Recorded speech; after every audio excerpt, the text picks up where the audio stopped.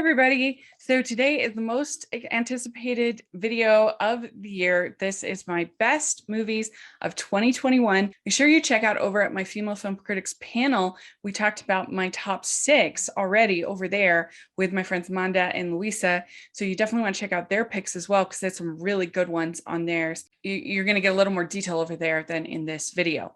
So let's get started. I've got lots to talk about and some of my favorite films of 2021. Let's do some quick honorable mentions that made my top 20, but didn't make my top 15. We have Nahuel and the Magic Book. This hasn't been released stateside yet, but keep an eye out for it. It's really lovely and beautiful animation and a great story. Violet, was my favorite film that I watched at TIFF.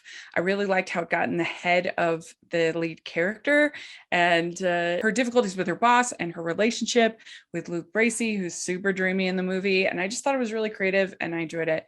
Come On, Come On. I saw this New York Film Festival, really loved it. I thought it was a beautiful story, very well told.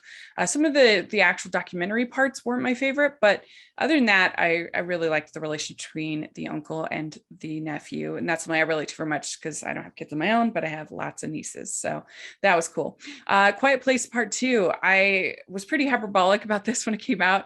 I really did enjoy it a lot. I thought it's a really good companion to the original film, and I was really engrossed the whole time I was watching it. So it was my favorite thriller of the year for sure.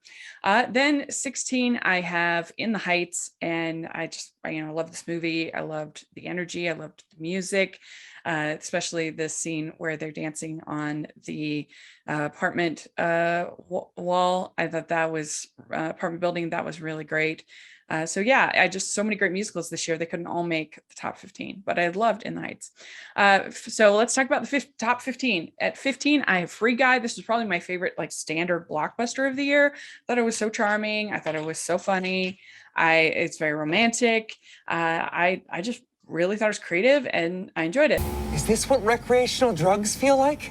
Then at 14, I have Dream Horse, such a heartwarming film. I really love Toni Collette's performance. And it's just the kind of movie that makes you want to cheer, which is the kind of movies that I tend to like. I thought it was very well done.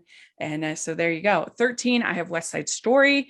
I really loved this film. I feel like it does improve upon the original in certain ways, with the music and the singing. I think was definitely better than the original. I think the two leads had chemistry more than the original. So I think that says something. And I just love West Side Story. So I didn't mind seeing this basically revival of a West Side Story. But yeah, it ended up at 13. At number 12, I have Coda.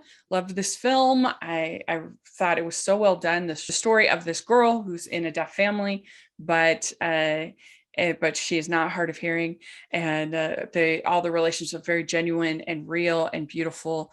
And when she goes off on her own and takes that step, really was a crowd pleasing moment. And I enjoyed all the performances. Very good film.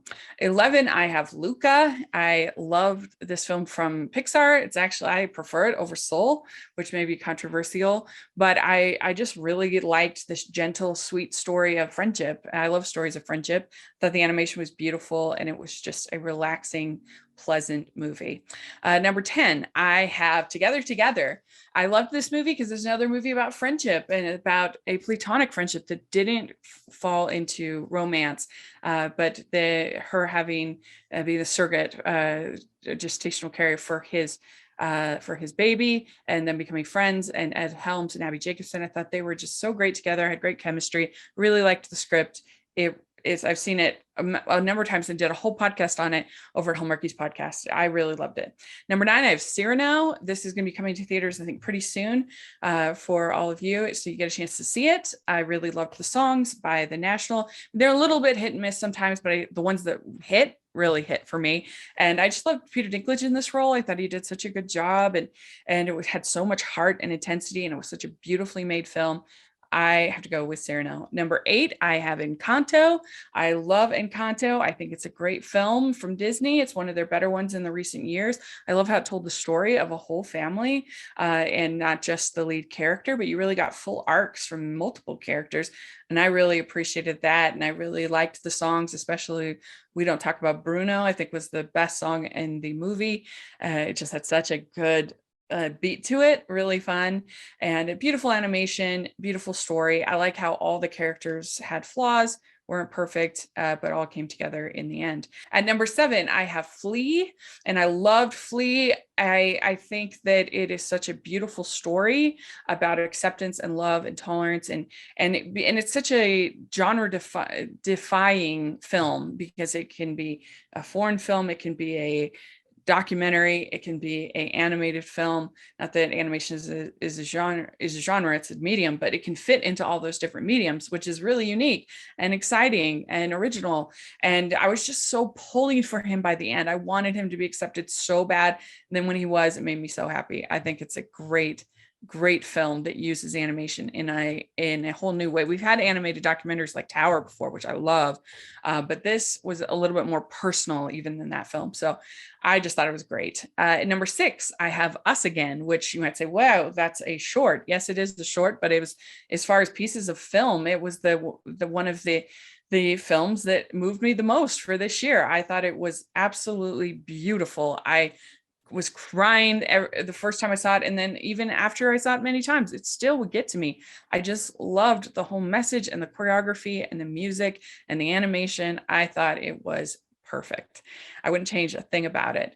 At number 5, I have Single All the Way. I think this is one of the best romantic comedies that I've seen in years. I loved how welcoming and celebratory it was, how great the family was. It was actually really funny. Jennifer Coolidge was so funny in it. And I just wouldn't be true to myself if I didn't put this on my list. I loved this movie. I watched it over and over again since I got the screener, and I just, it's so good. Such chemistry. Number 4, I have The Summer of Soul. And this is just an incredible documentary. And it just blew my mind that this festival went on in 1969 and the same year as Woodstock. And how much have I heard about Woodstock? I had never heard of this. And how is that possible? That's just crazy to me. And the music was so incredible. I thought they put in the interviews at just the right spots and at just the right amount. They had people there. They had people that were influenced by it. There were so many incredible moments. It was just an incredible film, and it made me, I felt like a better person for having watched it. So so good.